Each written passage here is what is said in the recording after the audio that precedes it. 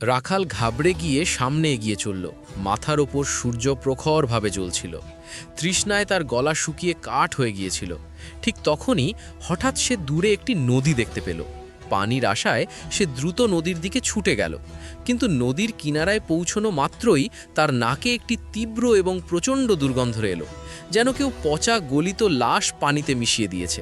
রাখাল ভয়ে পিছিয়ে গেল এবং চিৎকার করে বলল, চলমান পানি, অথচ এত নোংরা! এই নদী তো যেন মৃত্যুর মতো পৌঁছছে। অবশেষে সে শাহবাজ কলন্দরের কাছে পৌঁছল এবং সেই নেকড়ের কথা জানালো।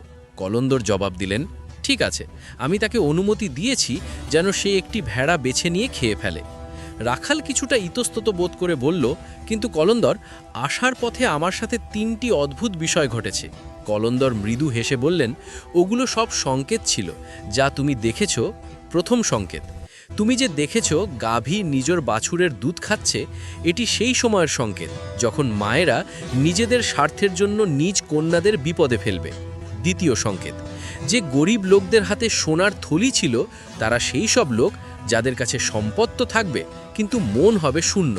লোভ, অশান্তি আর দুশ্চিন্তা তাদের সমস্ত সম্পদ গ্রাস করে ফেলবে। তৃতীয় সংকেত, সেই দুর্গন্ধময় নদী, এটি সেই সব মানুষের পরিচয় যারা ধর্মের নামে বেঁচে থাকবে, কিন্তু তাদের অন্তরে থাকবে হিংসা, দুনিয়ার মোহ আর লোক দেখানো ভণ্ডামি। আল্লাহকে ভালোবাসেন? তাহলে like, share, comment, follow, subscribe করুন।